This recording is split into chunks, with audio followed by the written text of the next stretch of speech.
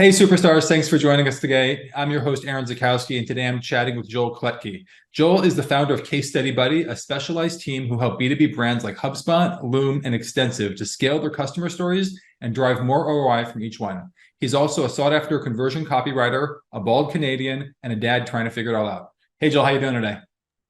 I'm doing great. It's roastingly hot in Calgary today, so I've got my shorts on for the first time in a while, and I'm feeling good. I'm feeling the change in the weather, and I'm feeling real positive about the future. So doing good. Fantastic. Well, we've known each other online for a long time, and I'm glad we're finally getting the chance to connect and really talk because I've been fascinated by you and the content that you put out online. Also, just the idea of your agency, Case Study Buddy, specializing in such a niche like doing case studies and such. Curious, how did you get into this niche, or that's so specific, doing just case studies? Yeah, it really was something that just came through the process of being open to trying new and different things. So where my background is, I used to work in an agency doing SEO. That was kind of my first real, like, not accounting gopher type of job. But I always loved content, never saw, writing, I should say. I always loved writing, but never saw a career in it. And then while I was at the agency, got an opportunity to do some writing. 2013 went out on my own and was really focused on like blog posts and ebooks. And then in short order, within a year and a half or so, had made the pivot into conversion copywriting, was doing a lot of landing pages, websites, that kind of thing. And I just wrapped up a project for WP Engine, and someone on the board was impressed with how that went and said, hey, this went well. I advise a company named Pingboard. They need a case study. Is that something you do? And my philosophy has been for a long time to just try things and see how I do with them and see how they go. If I feel confident that I can work hard enough to make it worth that person's time, I'll do it. And so I thought, sure. So it was in doing that project that a lot of different things occurred to me and became clear to me. The first was, holy cow, there are a lot of moving pieces in a case study, and they're harder to do than I even anticipated. They involve a lot of disciplines: interviewing, project management, writing, telling a compelling story, thinking strategically about how to tie that back to the business. And so that was the first realization: is number one, these are tough to do. Number two, everybody needs them. Every B2B business, has teams clamoring for these, and you can go to almost any B2B site and find success stories, case studies, a section devoted to these. And so I thought, okay, well, it's tricky to do. Everybody needs them. And in doing the story, I realized, despite the challenge of it, there is a repeatable process here. There are repeatable steps, and it seemed like something that I could scale.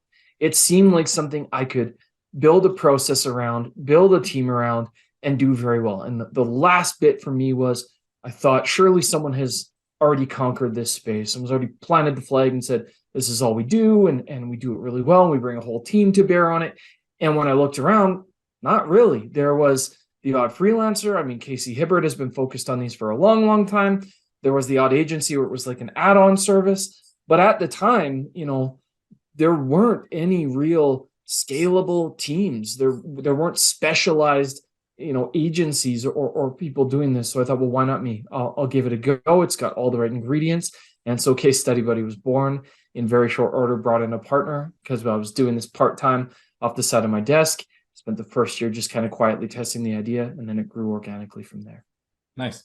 Again, it seems super niche, right? Obviously, everybody has them. The talk about the impact, I guess, of case studies a little bit. We all know that in B2B, you got to get your case studies, and we all think our case studies are fantastic, and we've all done such a great job in our businesses. But why are they really so important? Yeah, I think what's so important about them is that they are in many ways unique. Number one, they're always going to be by virtue unique to your business. It's your customer's experience with you and your solution. It's content your competition can't publish. It's about a relationship only you have. And so by virtue of the fact that this is your client, their journey, their story, you're creating something nobody else has. And I think that is the first value point. I think the second piece of it is, done well, they're both relatable and credible. Your audience or your customers will always be better at advocating for you than you are, because they're coming at it from a place of having made the decision to work with you, having, bought in and tested the claims you've made and come out the other side going, yeah, this really works for me. We're really succeeding with this. And a story told well is also relatable when you can tell the story in a way that resonates. And by that, I mean, someone can see themselves in it, whether that's because of the challenge overcome, whether that's because of the transformation experienced, whether that's because of the role of the person who made that decision and they relate to the pressures or the challenges that person is under. Told well, these stories are really relatable and really credible. I think the third thing that fewer companies realize but are starting to tap into is that these are also ultimately repurposable. They're massively versatile in terms of you can use them for lead gen, cold outreach, advertising, remarketing. You can use them for nurturing both existing and new customers. You can use them for retention to remind people of the value, and you can use them for bringing back churned leads. And you can use them also for things like disambiguating your offer to a new market or positioning against a competitor. They have so much utility. And so when you approach these in a well thought out way, a systematic way, when you can focus on aligning them with real business goals, as opposed to here's yet another win and here's some bullet points and some nice quotes and just kind of fart it out into the universe, when you can be intentional about it, there is so much utility. It's unique. You can build a moat with it. And in saturated or highly competitive spaces, the company with the most proof has a clear advantage over those that may struggle to or not have something similar. So loads of different ways that they can be valuable to content teams, sales teams, companies as a whole. Yeah, you said a bunch of interesting things in there, so I'm going to kind of unpack some of it. But one of the things that really stood out to me is the emphasis of I guess kind of the story and the uniqueness of how a customer might work with the company, right? As opposed to, I think, so many case studies focus on, here was the problem they came to us with, here was their goal, here's what we did, here's the result. Okay, very nice. There's an outline there, but it's very technical. It doesn't talk about relationship. It doesn't talk about, I guess, the work experience that happened there. And it sounds like there's something very unique that you bring to the table there. Yeah, I mean, so many case studies, even the word, it's sad because we're called case study, but I don't like case study as a name for these. I will talk about customer success stories, customer stories. And I think at the heart of these is really something experiential. It's that transformation. And what's unique about these, again, done well, what you're doing is you're showing a prospect, here is a person who's like you, who made the decision you're debating. Here's their, not only the decision, but the experience of that decision. They didn't just buy the thing. They then had to live with that decision. And how often does the notion of living with our decision stop us from making a decision, right? I'm hesitant to pull the trigger on the software because will it be adopted? Will it work in our context? Will it work in this environment? Or I'm hesitant to hire this agency because I've been burdened by agencies in the past, and will they communicate? And will they be able to handle, work in my space? There are these really experience-driven stories where it's not just, here's what we did, and here's the bullets, and again, here's a nice big hero quote. I think where we really try to key in is, what is the human element here? Not just, what happened, but how did that person experience it? What did it make possible for them? What objections did they have in the beginning, and how were those resolved over time? How were they won over? How has it, what can they do now or do better because of the decision they made and the success that's come of it? And I think what gets lost in the tangle is there's all kinds of defense mechanisms people throw up. Well, it's B2B, people just want to see the metrics. People don't want to read. People don't want to watch. People just want to see the big hero quote. None of that is true. Your goal is, I believe, with a customer story, to paint a picture for someone of a possible future and someone that's already living there, so that they can go, that is possible for me. I can see the trajectory. I can trust that the decision I'm about to make is going to pay out for me. Yeah, one of the interesting things you said in there is the idea of a success story compared to a case study, right? I know it's in your name, case study, but I mean, telling a story is about emotions. It's about a journey, so to speak, as opposed to a case study sounds much more technical and dry. And I think maybe in there lies the distinction that you're trying to make.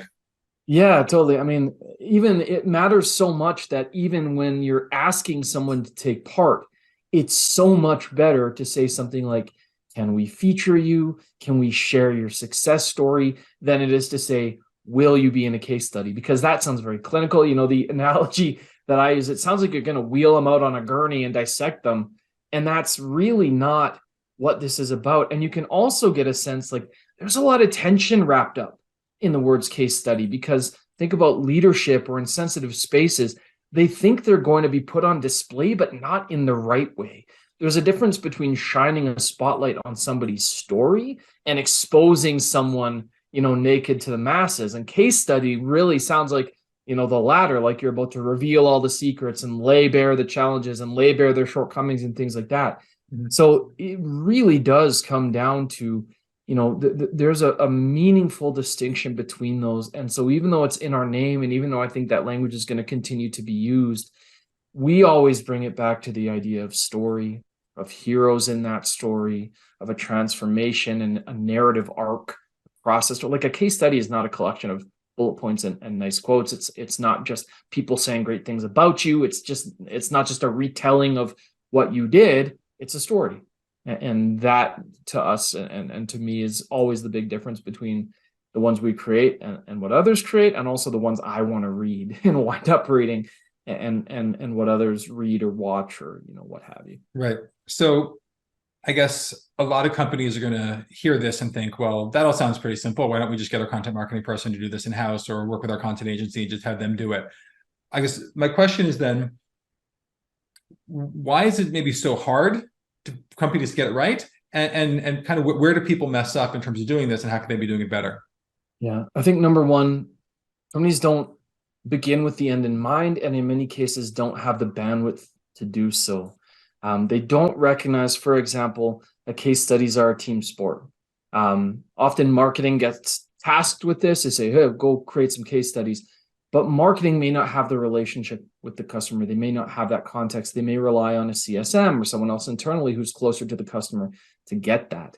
Moreover, I think for a lot of content people, even today, case studies are very formulaic. They think as long as I tick the boxes of problem, solution, results, I've done the thing.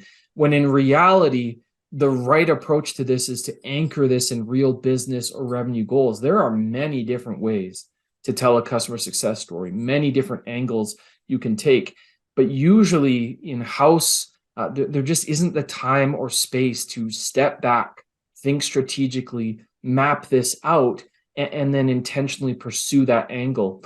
I think another thing that's really difficult is, I mentioned earlier, you know, there are a lot of disciplines involved in doing these well. One of the biggest challenges with case studies, with customer story creation, is not even the creation piece. It's the administration and the management of that project. And what I mean by that is getting buy-in in the first place, setting great expectations in the first place so that the customer understands what's happening here. How is this process going to flow? What is the end result going to be? How do I know my interests are going to be protected through it?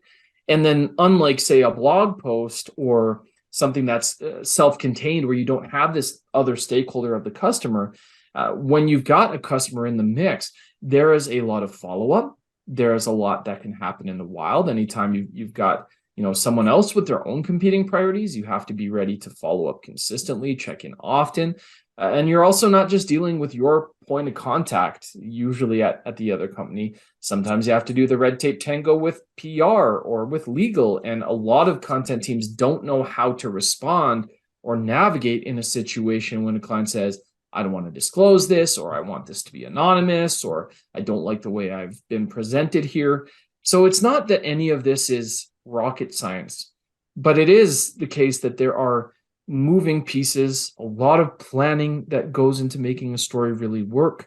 Conducting that interview is not as simple as, oh, let's take the, you know, Google the 10 best case study questions and pop on a call. You know, you want to be able to navigate and turn that interviewee into a storyteller. Not everyone can do that. Mm-hmm. So it's not like producing a blog post, writing a landing page, or writing an email series. Some of the same principles apply, but there's this very intimate interaction between you, the customer, their expectations and their constraints. And navigating that is something that we've been able to get really adept at doing over the past 7+ years, and something that other people who really focus on this type of content learn the hard way that they have to be adept at handling and navigating. It's funny, at first glance, it seems like one of those things that it's so simple, like just go out and do it, right? But I guess to be done well, like so many other things, it's much more complex. In our agency, we've tried to get some of our clients, we're like, hey, we're running ads for you. We need some case studies to put into the ads in the retargeting sequence. Go out and get some case studies. And we know what they're going to come back with isn't going to be that great, but more often than not, they actually come back to us and like, oh, well, we really couldn't get any of our customers to agree to do it. And so the fact that I guess you're able to help your customers to navigate that part so that their customers will say yes to the stories, and the whole process, it adds a lot more value than I think people might realize at first glance. Switching gears a little bit from creating case studies to using case studies. One question I have is, you spoke before about how to, repurpose the case studies and use them all different points in your funnel and your marketing and customer journey. We focus on my agency's Ammo Digital on paid ads primarily, right? And one of the funnels that I've seen work for some companies, and we haven't been able to pull off as well, to be honest, within our company, and probably because we don't have good case studies, is the idea of using a case study as a lead magnet, right? And I know a lot of people do it, and I always look at it and I'm like, is that really a good idea? Because, if I'm interested in a company, or maybe I'm not even interested in a company yet, and to lead with a case study, it's like, well, I would think that would be only something that comes at a consideration stage, maybe, of looking at a company. But a lot of companies are starting as a lead magnet of like, here, let me tell you the story of all the great things that we've done. Does that work? And if it does, why does it work? I think there's two things I want to pull apart here. One is it certainly can work, but your approach has to align. I think one of the things we have to think about is what information is a prospect ready for? Mm-hmm. What do they know when they're clicking an ad? What are they already intimately familiar with? And how is that going to land? And so I think for that strategy to work, what needs to be done well is you need to be really clear on and pressing into either a very well felt, acutely felt pain. So someone goes, okay, I'm seeing an ad that makes a promise against my pain, or I relate to the pain in that ad and it's making a promise to show me how, it was alleviated. Or it needs to be a really well-established desired outcome, right? So it has to be something that the prospect knows they want, an end state they realize they already have a hunger for, or a place they'd like to be in. They just might not be aware of the mechanism or the product to take them there.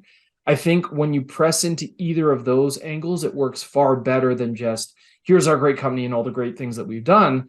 The language of that ad, the messaging of that ad, the positioning of that ad, to me, to be effective, needs to press into, the promise of alleviation of pain, a recipe for the alleviation of pain. So here's how to go do that, or an outcome that is, really, really desired. Where I prefer to see these used in ads is not on the front end necessarily. It's not to say you're doing something wrong there. I'm not a big fan of gating, for example, case studies behind a paywall or behind an email or form or whatever to get access. People use it to success. It's not my big thing, because if I'm interested in learning how you help people, why would you throw a stick in the spokes as I'm exploring that? Yep. But where I love to see case studies used, customer stories used, is remarketing. If someone has expressed interest, if they've come in, if they've checked out your solution, there's, in my view, few things better to remind them of your value or inch them along than at that point pushing them into a story. And we had a client, Carthook, who did exactly that. And they focused on, once someone had come in, identifying what type of story might be attractive to them and then serving that up, ungated. Just follow the remarketing, breadcrumbs into this story. And I love that, because at that point, as you're saying, I think that front end can work done well, but I think this other side of things can work well, because now you're validating or you're reminding them of your company in a way that speaks to your value and adds credibility to the claims they might have encountered earlier. Makes a lot of sense. I mean, that's typically how I think about it is, we want to run ads. We want testimonials and case studies, or success stories, as we're going to call them now, in the remarketing layer. I just found it curious, because I've known even some other agencies that lead with a gated case study at the Yeah. top of the funnel, and then told me that it's worked well for them. And I just find Yeah. that I found that curious and surprising. But every company's got different things that work for them. They don't always work across the board.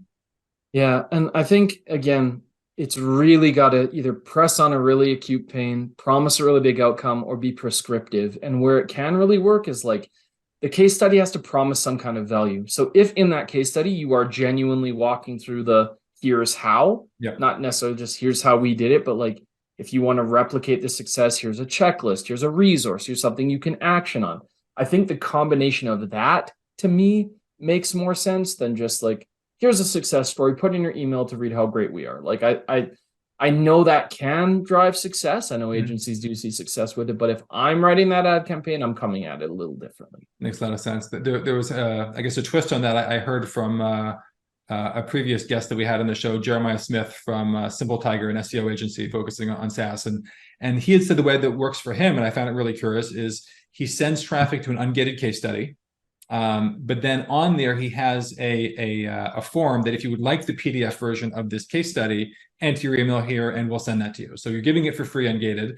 And he said that you'd be really surprised by the number of people that actually will enter their email to get the PDF version to save for later. And he said the people that actually enter their information at that stage in the game actually have quite high intent.